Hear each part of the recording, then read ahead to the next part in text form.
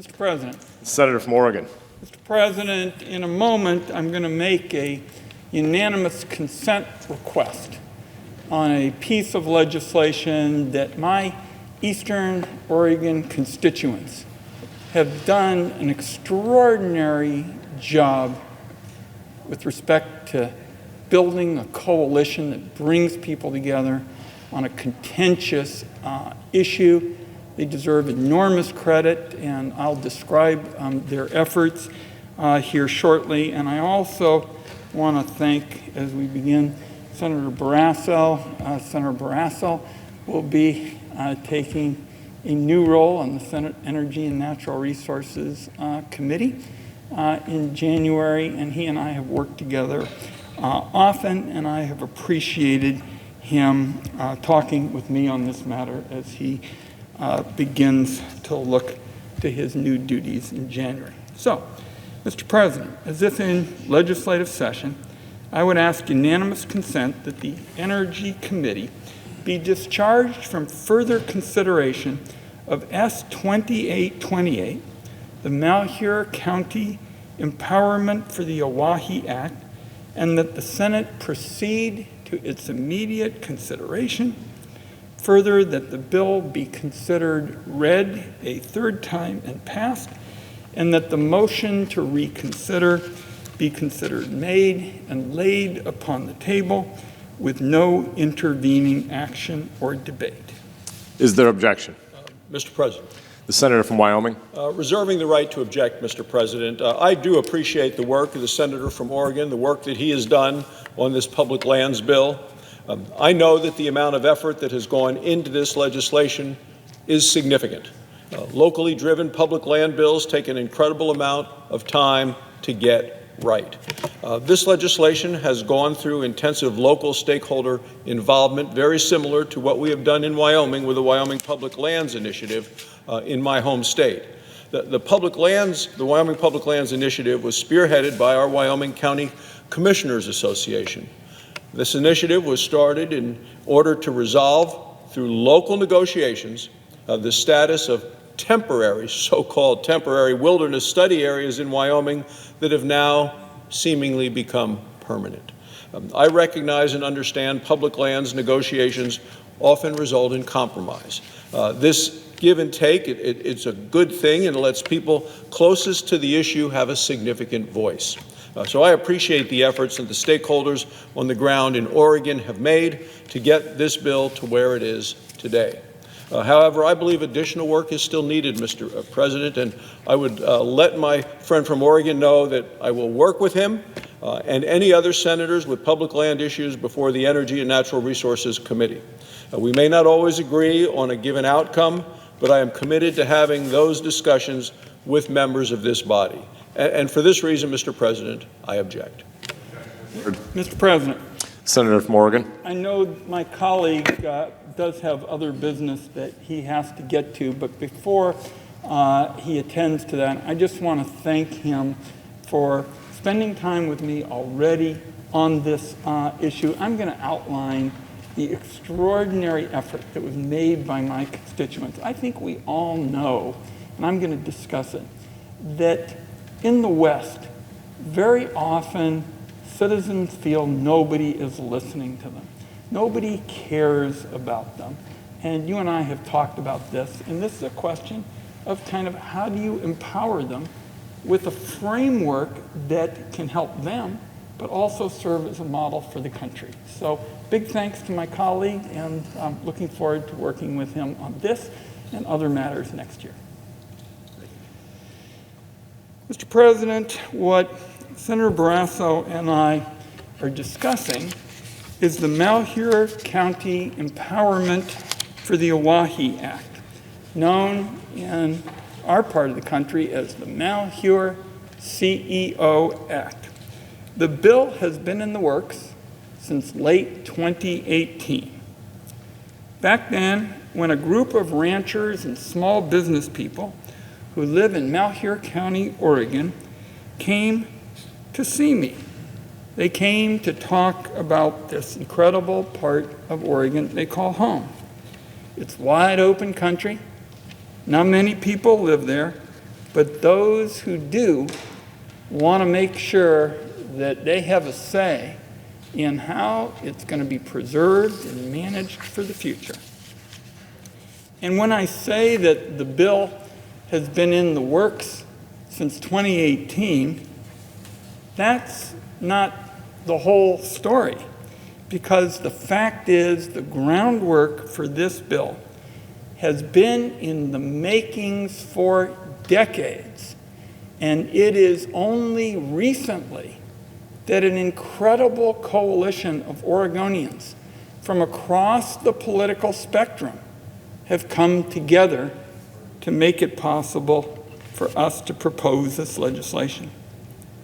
As I touched on with Senator Brasso, in rural areas of the West, like Malheur County, there's often a feeling that people from thousands of miles away, particularly in D.C., think that they somehow know better than rural citizens about what's good for those rural communities. There's a feeling, I guess I'd sum it up, in rural areas, a sense that somehow often elites just look down on them, that nobody's listening, that people in power consider them kind of simple cowboys who care little about saving land, air, and water. Now, I have town hall meetings in every county in Oregon, had 970 of them until earlier this spring, when you couldn't do them in person, so we started doing them virtually. And I know from all those town meetings that residents of Eastern Oregon are actually working every day to try to propose common sense, practical policies to preserve special places for their kids and our grandkids.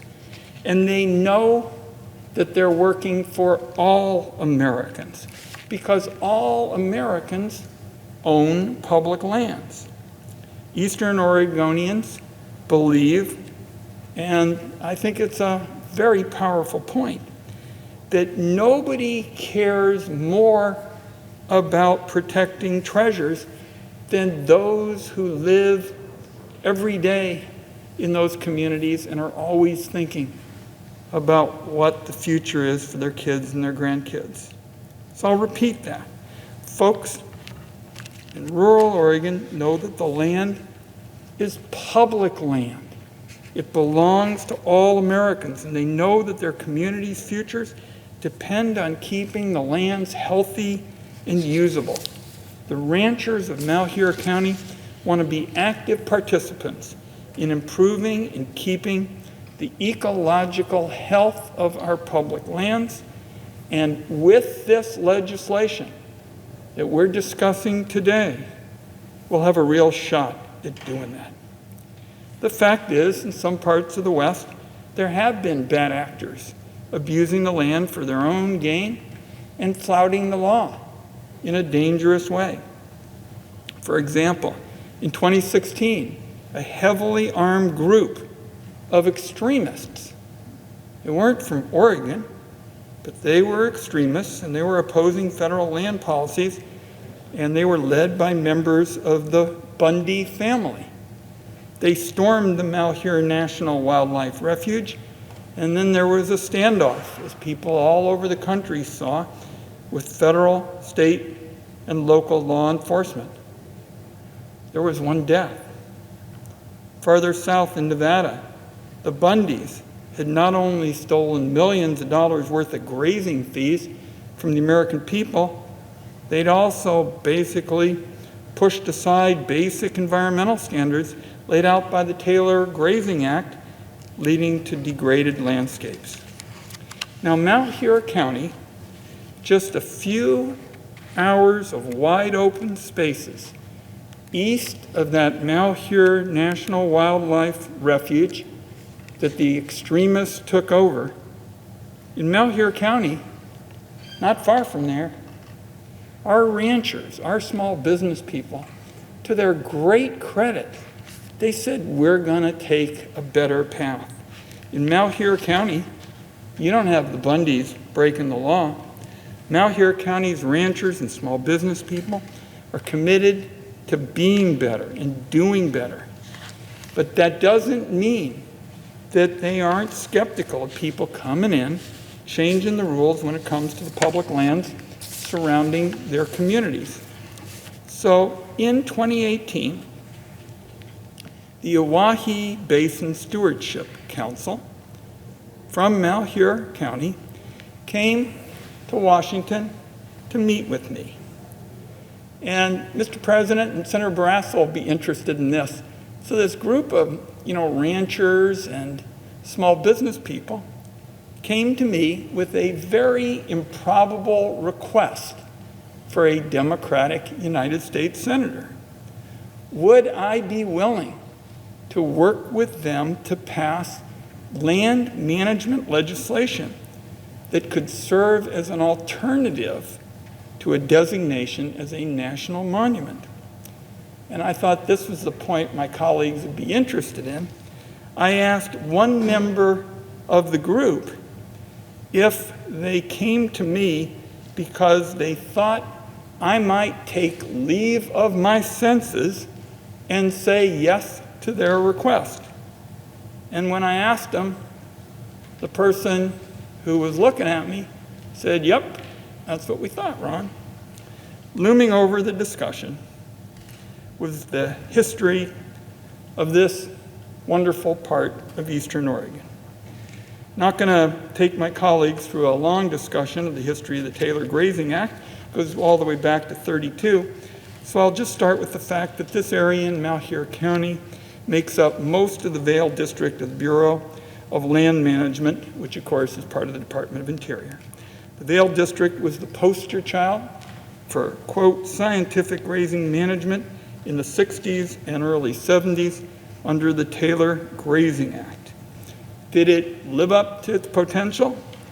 I would say it didn't, because its efforts really weren't adequately funded, and it lacked consistent monitoring or the adaptive management needed to make it work on the ground.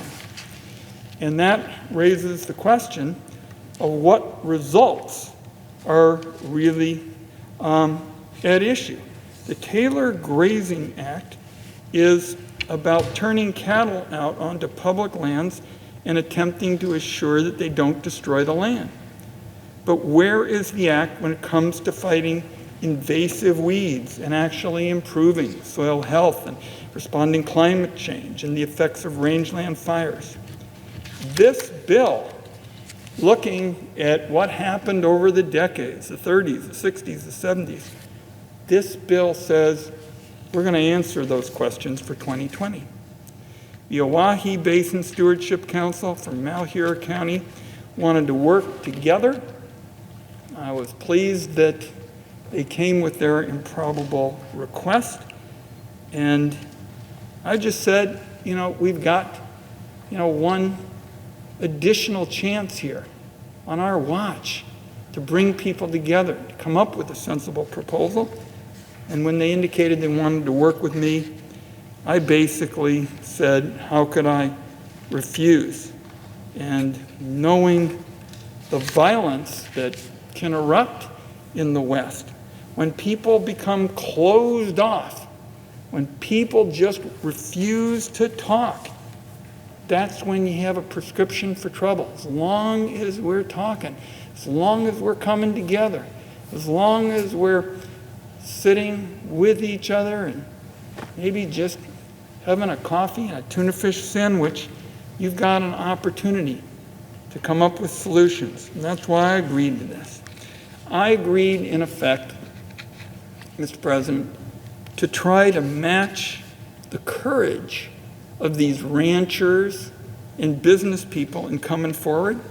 And I said, if they're going to be willing to think through how to do this, I'm going to join them. Now, the other area I want to touch on is, I said at the get-go, and I think this has implications for dealing with public lands in the West. I said there've got to be two requirements to help us all protect the land and preserve the ranching way of life. First, we'd have to bring everybody to the table, environmentalists, ranchers, local folks, and we'd have to bring some of the folks from the more metropolitan area as well. And that's because, in effect, when I said that, they said, okay, you know your way around, legislation. We'll be part of trying to find common ground. And there is common ground on the key question, Mr. President, is every nook and cranny of Oregon cares about our treasures in the Owyhee Canyon lands. Malheur County is far to the east in our state. It may keep its clock on Idaho time, but it is enormously loved all across our state. And in my view, that alone ought to be a reason, after decades and decades of differences with respect to how to manage these treasures, that alone is a reason to work together. The second rule was that our discussions were all about, we were going to try to make sure that we were going to not get everybody frustrated at the get-go, because we weren't going to litigate this with the press and with outside groups every time somebody had a little question, any kind of dispute. So, in effect, we had set it up so that other groups, environmental and ranchers, there was going to be a lot of opportunity for folks to have their say, and that there would be an understanding that we would respect our environmental laws. That was also very pivotal. In March of 2019, we got our group together in a conference room at the National Guard Armory in Ontario, and basically those were kind of the things that we wanted to start with, that we thought gave us a chance to build this coalition that could lead to passing legislation to manage these treasures. So we got ranchers, environmentalists, local businesses. We met essentially every other Monday for months and months. I also want to thank the Bureau of Land Management and the U.S. Fish and Wildlife Service, Oregon State Parks, and Fish and Wildlife Management agencies, and local tribe representatives who put in enormous amounts of time offering information, expertise, and goodwill. I met with local county officials as well, relearning their thoughts with respect to roads and water infrastructure and their most important local economic needs. So that's what really led to this legislation. And finally, what we said is we've got to make sure that people have an opportunity to also talk sort of a little bit offline. And so after these sessions, we always found a way to make it to a coffee shop, or somewhere where people could just have a soda or perhaps something a little bit stronger, and we could just take the time informally to talk about what we thought the future was for this incredible part of the world. Now, in closing up, I want to mention that I think land designation discussions pit people against one another in the West if you do it the traditional sort of way. We needed some unity if we were going to come together on a bill. So that's why we wanted to make sure everybody had a shared understanding of how this would be addressed. And I particularly wanted this time, Mr. President, to commend Sarah Biddleman, who is sitting here with me, who month after month after month, call after call after call, email after email after email, always tried to keep this on focus. And I also want to mention at this time our inspiration was the late Mary Gautreaux, who was in our office for over 2 decades. She was the spirit of this effort. She lived in Portland, and yet she was beloved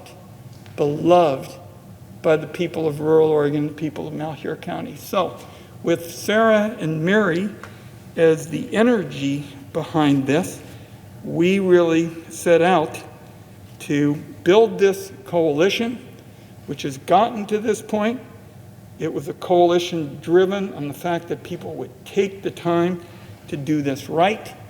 When I brought it up to the attention of Senator Barrasso, who obviously will play a key role in the Energy and Natural Resources Committee, the first thing he wanted to hear about was the kind of groundwork that had been laid for local input, for local stakeholders. And I described to him much of what we have been talking about. So I introduced the Malheur CEO Act in November of 2019. It was part of a legislative hearing. And let me just very quickly describe a couple elements of it. It works this way. It includes rangeland management enhancements, loop roads to focus tourists and build the local economy, and about 1 million acres of wilderness designation. It also moves around 1 million acres of land now being studied into multiple use management. The bill implements a few key strategies: a plan to let ranchers do range improvements, irrigation systems, removing water-sucking juniper and replacing invasive weeds with native grasses, and improve the ecological health of the rangelands. So here are the pictures to my left. The first is a picture of rangeland being overrun by weeds. The second shows rangeland in a native, healthy condition. Now, the bill also creates a Malheur community empowerment for the Owyhee advisory group. So on an ongoing basis, it can advise the BLM on land management, and it provides substantial funding for the BLM so it can finish environmental soil surveys and to carry out environmental policies associated with this and monitor the implementation of the bill. The bill includes funding to study the designation of 3 loop roads designed to improve the visitor experience, keep visitors out of trouble, and drive more traffic to the small retail businesses, which I think we all understand desperately need our attention. And I also want to thank at this point, while I'm on the floor, Senator Grassley. He and I have led the bipartisan effort on the Finance Committee. I see Senator Manchin here. He knows how strongly we feel about getting the small businesses the deductibility associated with these PPP loans. And I bring this up only by way of saying that we're grateful to Senator Grassley for working with me. He's the chair of the Finance Committee. I'm the ranking Democrat, but Senator Manchin and others deserve credit for helping us get that proposal moving. And we've made it clear we got to get that in before we go home. And part of it is our concern for those small retail businesses that we saw in the Owyhee. Finally, the bill provides for amenities, a marina at the Owyhee Reservoir. That too is going to be good for the local economy. Recreation is a big economic engine in our part of the world. And the last point I'll just mention is the bill is a compromise. Everybody had to make some concessions. There are folks who feel that the environmental groups got too much here. There are folks who feel the ranchers and the small business people got too much. But the fact is, all sides said, we have some core values and some core priorities. Let's see if we can address the core values and core priorities on both sides of this so that this spectacular portion of Eastern Oregon could be protected and preserved and we could respect and empower the people who call it home and work so hard to make a living there. Mr. President, finally, I'm going to put into the record the names of all the people who worked so hard on this effort, our Owyhee Basin Stewardship Coalition. They are, ranchers. They're folks on various kinds of environmental organizations and groups, and they deserve incredible credit for being willing to put in the time and effort on something that seemed so improbable. Finally, I want to thank my partner here in the Senate, Senator Merkley. He has been terrific as we worked on this. We both share a love of the land in Eastern Oregon. As I say, we'll walk through all the people at BLM and Fish and Wildlife and Oregon State Parks who deserve credit. Now it's up to the United States Senate to get this passed. It isn't going to happen today, unfortunately, but I want the Senate to know I'm going to get at it. I'm going to stay at it until this gets done. I think it'll be of enormous benefit to rural Oregon. I think it'll be of enormous benefit to our state, and I think it will be a model for how our country brings people together, particularly as it relates to issues where we've been polarized in the past. Mr. President, with that, I yield the floor.